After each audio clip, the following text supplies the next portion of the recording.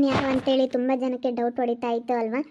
ನಾನು ಮನೆ ಕೆಲಸದವಳು ಗಂಗಾ ಅಂತೇಳಿ ಬರ್ತಾಳಲ್ಲ ಇವ್ರ ಗಗನ್ ಅವ್ರ ಮನೆಗೆ, ಅವರ ತಂಗಿ ನಾನು. ನಾವಿಬ್ಬರು ಒಂದೇ ಥರ ಇದ್ದೀವಿ, ಸೇಮ್ ಟು ಸೇಮ್ ನಾವಿಬ್ಬರು ಒಂದೇ ಥರ ಇದ್ದೀವಿ.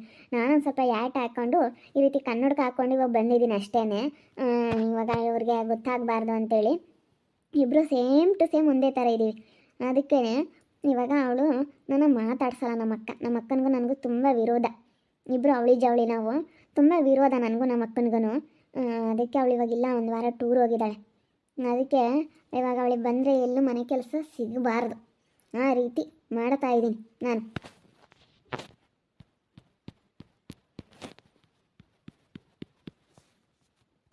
ಅವಳಿಗೂ ನನಗೂ ತುಂಬ ಪೈಪೋಟಿ, ನಮ್ಮ ಅಕ್ಕನಿಗೂ ನನಗೂ.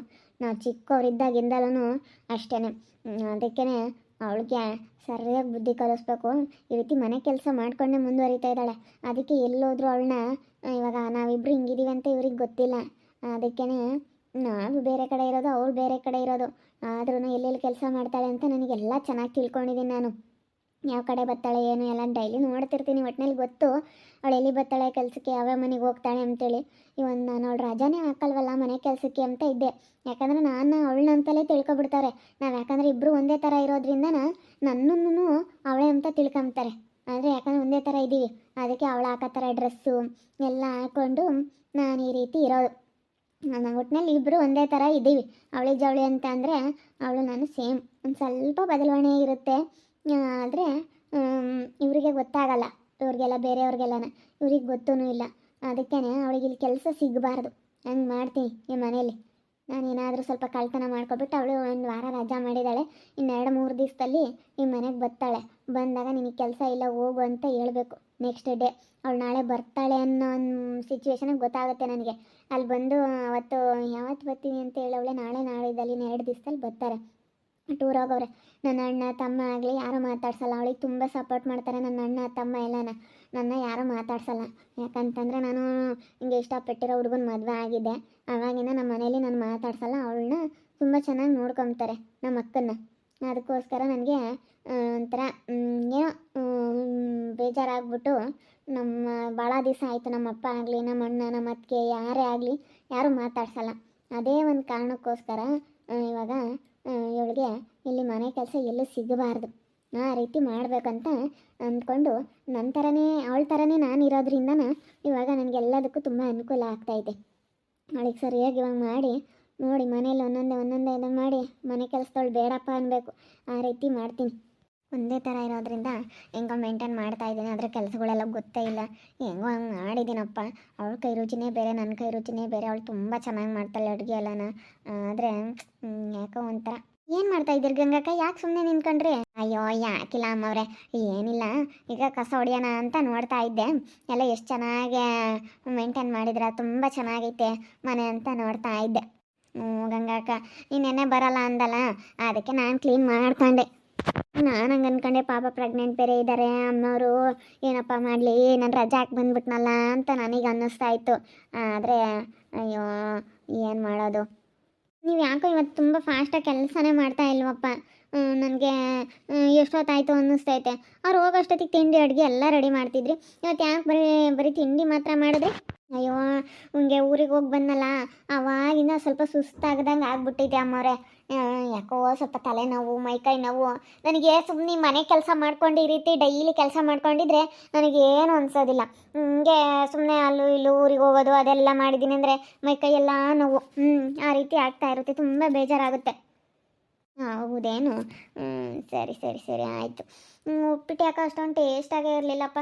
ಯಾಕೋ ಒಂಥರ ಬೋರ್ ಹೊಡಿತಾ ಇತ್ತು.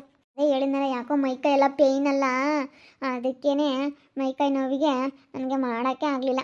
ಆಗಿಲ್ವೇ ಒಂದೊಂದು ಇಂಗ್ಲೀಷ್ ಪದನೂ ಕಲ್ತಿದ್ಯಾ ಗಂಗಕ್ಕ? ಊರಿಗೆ ಹೋಗಿ ಬಂದಾಗಿಂದ ಸ್ವಲ್ಪ ಬದಲಾವಣೆ ಆಗಿದೆಯಾ ಅಂತ ಅನ್ನಿಸ್ತೈತೆ. ನೀನೇನೋ ಸ್ವಲ್ಪ ಬದಲಾವಣೆ ಆಗಿತ್ತೆ. ಹಂಗೆಲ್ಲ ಏನಿಲ್ಲ ಅಮ್ಮವ್ರೆ. ಅಯ್ಯೋ ನಾನು ಸುಮ್ಮನೆ ಹಿಂಗೆ ಮಾತಾಡ್ತೀನಿ. ನನಗೂ ಒಂದೊಂದು ಸ್ವಲ್ಪ ಓದಿದ್ದೀನಲ್ಲ, ಒಂದೊಂದು ನನ್ನ ಮಕ್ಳಿಗೆ ಹಿಂಗೆ ಕಲಿಸ್ಬೇಕಾದ್ರೆ ಸ್ವಲ್ಪ ನನಗೂ ಬರ್ತೈತೆ ಮಾತುಗಳು. ಹೊರಡ್ತೀನಿ, ಅಡುಗೆ ಆಗಿಲ್ಲ ಅನಿಸುತ್ತೆ ಇವತ್ತು. ಯಾಕೆ ಹಂಗಕ್ಕ ತುಂಬ ಸ್ಲೋ ಆಗಿಬಿಟ್ಟಿದ್ದೀರಾ? ಊರಿಗೆ ಹೋಗಿ ಬಂದಾಗಿಂದ ತುಂಬ ಸ್ಲೋ ಆಗಿದ್ದೀರಾ ಅಂತ ಅನ್ನಿಸ್ತಾ ಐತೆ. ನನಗೆ ಯಾಕೋ ಸ್ವಲ್ಪ ಡೌಟು. ಊರಿಂದ ಬಂದಾಗಿಂದನೂ ಸ್ವಲ್ಪ ಚೇಂಜ್ ಆಗಿಬಿಟ್ಟಿದ್ದಾರೆ. ಯಾಕೋ ಸ್ಲೋ.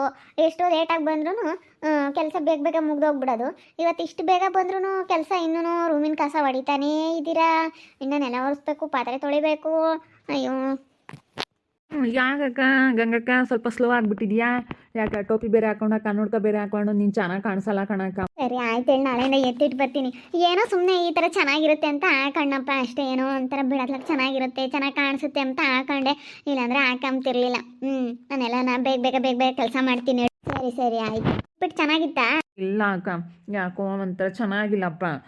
ಎಷ್ಟು ಸಖತ್ತಾಗಿ ಮಾಡ್ತಾಯಿದ್ರಿ ನೀವು ಮಾಡೋ ಅಂಥ ಅಡುಗೆ ತಿಂಡಿ ನನಗೆ ಸಖತ್ತು ಇಷ್ಟ ಆಗೋದು. ಇವತ್ತು ಯಾಕೋ ಉಪ್ಪಿಟ್ಟು ತಿನ್ನಬೇಕು ಅಂತಲೇ ಅನ್ನಿಸ್ಲಿಲ್ಲ. ತುಂಬ ಬೇಜಾರಾಗ್ಬಿಡ್ತು ಉಪ್ಪಿಟ್ಟು.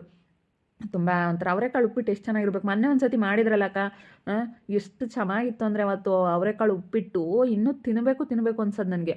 ಅಷ್ಟು ಚೆನ್ನಾಗಿತ್ತು ಉಪ್ಪಿಟ್ಟು. ಆದರೆ ಯಾಕೋ ಇವತ್ತು ಅಷ್ಟು ಸರಿ ಅನ್ನಿಸ್ಲಿಲ್ಲ. ಯಾಕೋ ಒಂಥರ ಅಡುಗೆ ಮನೆಯಲ್ಲಿ ಅಕ್ಕ ನೀಟ್ ಕ್ಲೀನ್ ಮಾಡ್ಕೊಬಿಡಿ. ಸರಿ ಆಯ್ತು, ಮಾಡ್ಕೊಬಿಡ್ತೀನಿ ಹೇಳಿ. ಒಂಥರ ಇವಕ್ಕ ಯಾಕಂತ ಗೊತ್ತಾಗ್ತಾ ಇಲ್ಲ. ಇವ್ರಿಗಾಲ ಡೌಟ್ ಗೊತ್ತಾಯ್ತೆ. ಎಲ್ಲೆಲ್ಲ ಏನೈತೆ ಅಂತ ನೋಡ್ಕೋಬೇಕು. ದುಡ್ಡು ಒಡವೆ ಎಲ್ಲೆಲ್ಲ ಎಲ್ಲಿ ಬಚ್ಚಿಟ್ಟಿದ್ದಾರೆ ಅಂತ ಎಲ್ಲನ ಬೇಗ ಬೇಗ ತಗೊಂಡು ಹೋಗ್ಬಿಡ್ಬೇಕು. ಅದು ಅವಳ ಮೇಲೆ ಬಂದೇ ಬರುತ್ತೆ. ಅವಳ ಮನೆಯಿಂದ ಆಚೆ ಕಳಿಸ್ತಾರೆ. ಮನೆ ಕೆಲಸದವ್ರು ಬೇಡಮ್ಮ ನೀನು ಸವಾಸ ಬೇಡ, ಏನು ಆಟ ಆಡ್ತೀಯ ಅಂತ ಕಳಿಸ್ತಾರೆ. ನೋಡು ನಾನು ಹಿಂಗೆ ಮಾಡಿದ್ದೀನಿ ಅಂತ ಅವಳಿಗೆ ಯಾವುದೇ ಕಾರಣಕ್ಕೂ ಗೊತ್ತಿಲ್ಲ. ಇನ್ನೊಂದು ಮನೆ ಎಲ್ಗೋ ಹೋಗ್ತಿದ್ಲು, ಅದು ಯಾವ ಮನೆ ಅಂತ ಗೊತ್ತಿಲ್ಲ ಕಣಪ್ಪ. ಇವಾಗ ಸದ್ಯಕ್ಕೆ ಈ ಮನೆ ಒಂದೊಂದು ನನಗೆ ಗೊತ್ತಾಯಿತು. ಇನ್ನೊಂದು ಮನೆ ಯಾವ್ದು ಮನೆಗೋ ಹೋಗ್ತಿದ್ಲು, ಅದು ಒಂದು ನೋಡ್ಕೋಬೇಕು. ಅದು ಯಾವ ಮನೆ ಅಂತ ಗೊತ್ತಾಗ್ಬಿಟ್ರೆ ಅಲ್ಲಿಗೂ ಹೋಗ್ಬಿಡ್ತೀನಿ. ಕೆಲಸ ಅದಕ್ಕಾಗಿ ಸಾಕ್ತಾ ಇಲ್ಲ. ಎಲ್ಲೆಲ್ಲೈತೆ ಏನೇನೈತೆ ನೋಡ್ಕೊಂಬನ, ಎಲ್ಲೆಲ್ಲ ಏನು ಸಿಗುತ್ತೆ ಅಂತ ನೋಡ್ತಾ ಇದ್ದೀನಿ. ಆದರೆ ಇವ್ರು ಕೆಲಸ ಮಾಡಲ್ಲ, ಬೇಗ ಮಾಡ್ತಿದ್ದಲ್ಲಕ್ಕ ಅಂತ ಹೇಳ್ತಾರೆ. ಅವಳು ನಿಯತ್ತ ಕೆಲಸ ಮಾಡ್ತಾಳೆ, ಆದರೆ ಬಿಡಲ್ಲ ಅವಳನ್ನ. ನನಗೆ ಇದನ್ನು ಮಾಡ್ತಾಳೆ. ಏನು ಮಾಡೋದಪ್ಪ, ಬೇಗ ಅವಳು ಯಾವಾಗ ಬರ್ತಾಳೆ ಅಂತ ಗೊತ್ತಿಲ್ಲ. ಅವಳು ನಾಳೆ ನಾಡ್ದಾಗೆ ಬರೋದು. ನೋಡ್ಬೇಕದೆಲ್ಲ. ಏನೂ ಸಿಗ್ತಿಲ್ಲ. ದುಡ್ಡು ಒಡವೆ ಅಂತ ಇರಬೇಕಲ್ಲ ಮನೆಯಲ್ಲಿ. ಆ ಕಡೆ ರೂಮಲ್ಲಿ ಏನಾದರೂ ಇರಬೇಕೇನೋ. ಇರುತ್ತೆ, ಇಷ್ಟು ದೊಡ್ಡ ಮನೆ ಅಂದಮೇಲೆ ಒಂದಿಷ್ಟು ದುಡ್ಡಾದ್ರೂ ಇಟ್ಕೊಂಡಿರ್ತಾರೆ.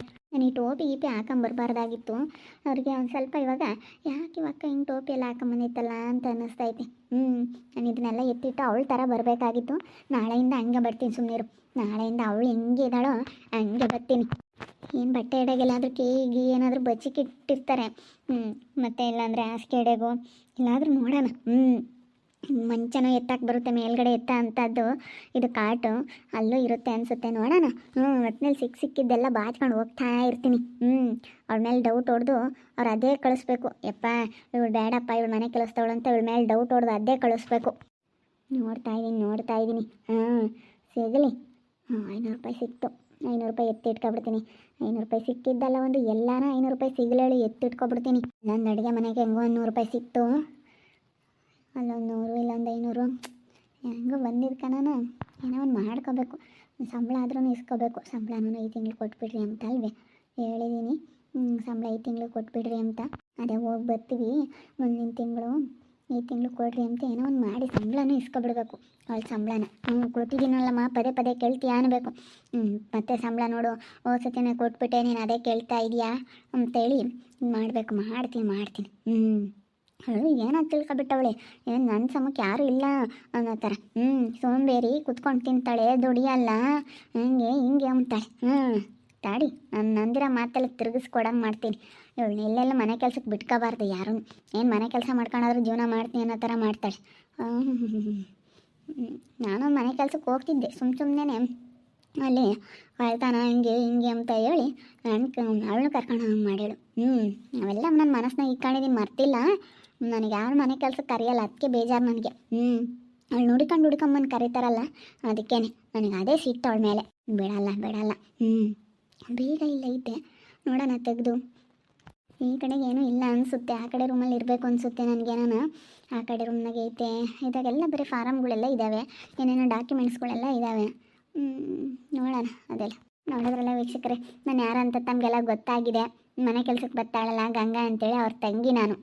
ಗಂಗನ ತಂಗಿ ಗೌರಿ ಅಂತ ನಾನು. ಇವಾಗ ಸರಿಯಾಗಿ ಮಾಡ್ತೀನಿ ನೋಡು. ನಾವು ಯಾಕಂದರೆ ಒಂದೇ ಥರ ಇರೋದ್ರಿಂದ ಎಲ್ಲೋದ್ರೂ ಹೆಂಗೋ ಮೇಂಟೈನ್ ಮಾಡ್ತೀನಿ. ನೋಡ್ತಾ ಇರಿ ಏನೇನಾಗ್ಬೋದಂತ ಮುಂದಿನ ಭಾಗದಲ್ಲಿ ನೋಡ್ತಾ ಇರಿ. ಹಾಗೆ ವಿಡಿಯೋ ಬಗ್ಗೆ ನಿಮ್ಮ ಒಬ್ಬರನ್ನ ಕಮೆಂಟ್ ಮಾಡಿರಿ. ಹಾಗೆ ವಿಡಿಯೋ ಇಷ್ಟ ಆಗಿದ್ರೆ ಲೈಕ್ ಮಾಡಿ, ಶೇರ್ ಮಾಡಿ. ಇನ್ನೂ ಯಾರ್ಯಾರು ನಮ್ಮ ಚಾನಲ್ ಸಬ್ಸ್ಕ್ರೈಬ್ ಮಾಡ್ಕೊಂಡಿಲ್ಲ ತಪ್ಪದೆ ಈ ಕೂಡಲೇ ಸಬ್ಸ್ಕ್ರೈಬ್ ಮಾಡ್ಕೊಳ್ಳಿ. ಓಕೆ ವೀಕ್ಷಕರೇ, ಧನ್ಯವಾದಗಳು.